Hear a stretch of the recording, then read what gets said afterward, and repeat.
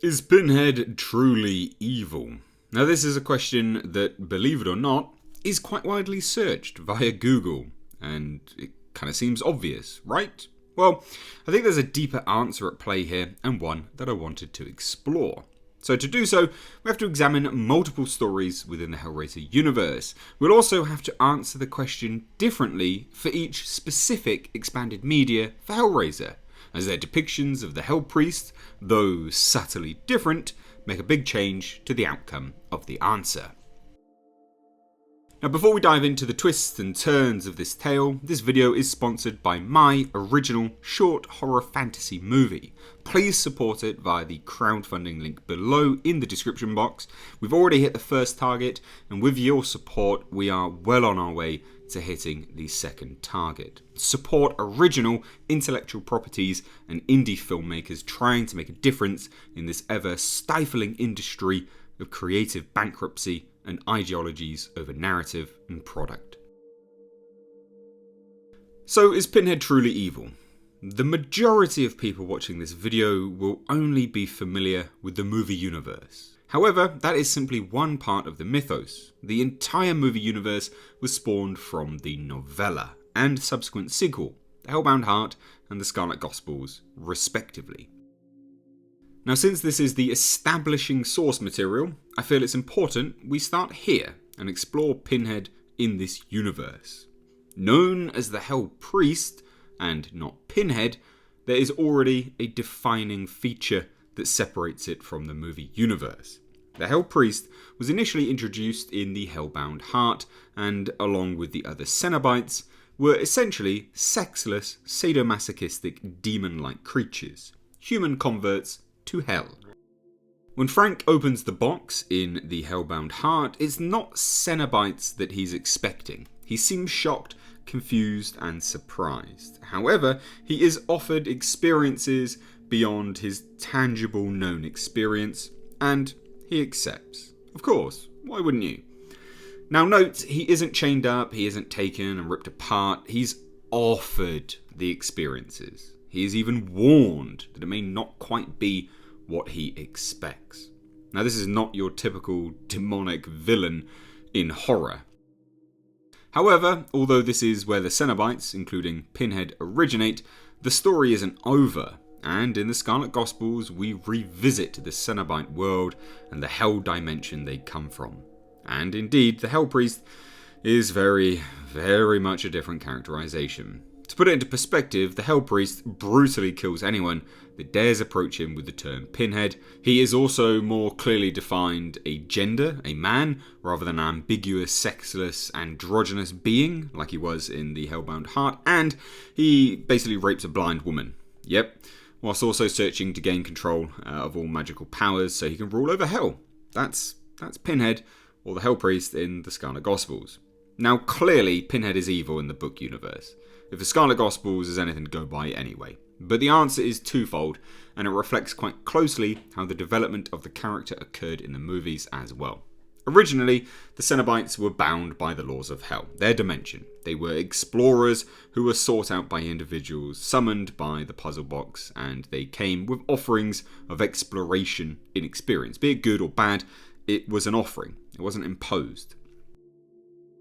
They were essentially monks under the order of the Cenobites. Their church was pleasure and pain, bringing order to the chaos of the flesh. And then clearly, there was a massive departure from that in the Scarlet Gospels. And we ended up with Pinhead, or the Hell Priest, simply being a maniacal, power-mad, mentalist villain, which is a true shame. It removes all class from the character. So let's explore the movies. Now, I've alluded to the fact that the change is similar, however, it's deeper. So let's explore Pinhead in the original Hellraiser and the universe and interpretation as I see it.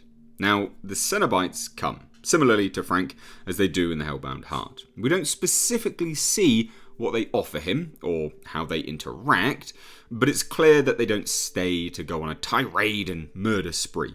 When they are summoned by Kirsty, however, they are then offered a trade, which make it clear that they can't leave without a soul, essentially, but they're offered a trade to which they reasonably accept. Now, this interaction is absolute in terms of representing the Cenobites themselves, as they are bound by laws and rules of hell. They explain that they must leave with a soul, with someone. They are reasonable enough to have a discussion and to make that bargain. Now I know, after hearing this, a lot of people will then reference the events of the film that ensue, as Pinhead and the Cenobites have got their soul, Frank. They then try to acquire Kirsty. But this is something which is then expanded upon further in the sequel, Hellbound. When we hear Pinhead stop the Cenobites from claiming Tiffany's soul with the words, "No, it is not the box that summon us, it is desire." Now, this implies that the Cenobites' actions in the first movie are linked to Kirsty's inherent latent desire to experience what they offer. As such, they were working within the bounds of their laws of hell, the orders of the Cenobites, and the kind of monkish comparison still stands here.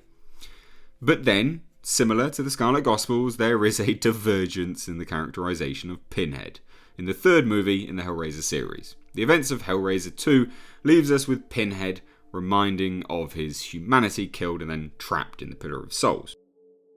In Hellraiser Hell on Earth, we have a displaced Pinhead, the man turned demon monk of hell, split in two, one entity within the Pillar of Souls and another in some dreamscape world. Now, the Pillar of Souls side is a being of pure evil, and the dreamscape Elliot Spencer side is the humanity aspect he was reminded of in the second film.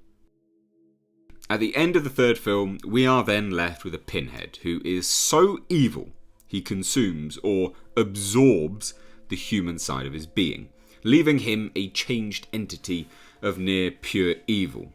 Now, it can be argued that he's returned to his former self. However, I dispute this due to the events that ensue in the rest of the film series, that although, yes, those films were made due to the rights and simply trying to make some small profit, they are still linked and still sequels. So the fourth film clearly shows a very different characterization of Pinhead from the first film, a much more maniacal and evil Pinhead.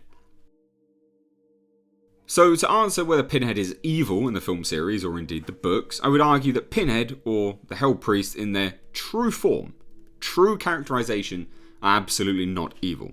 They are the inspired mythos of Hellraiser is one of human converts, bound by the laws of hell, seeking order to the flesh.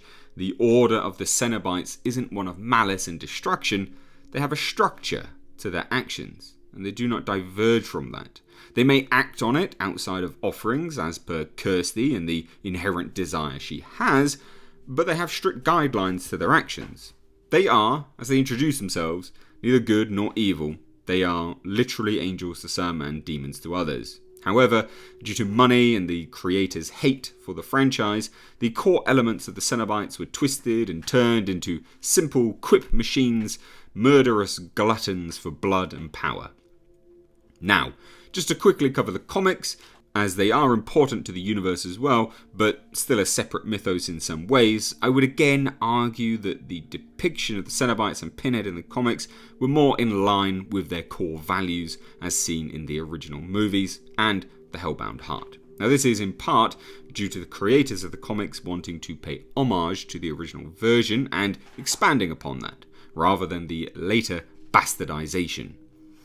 So to answer, is Pinhead good or evil? In his true form, he is neither. He and the Order of the Cenobites are bound by strict laws and rules of hell. They are neither, and they must abide these. They don't act out of hate or some inherent desire to destroy, therefore they cannot be labelled evil. Their actions may be deemed evil, but their motive isn't.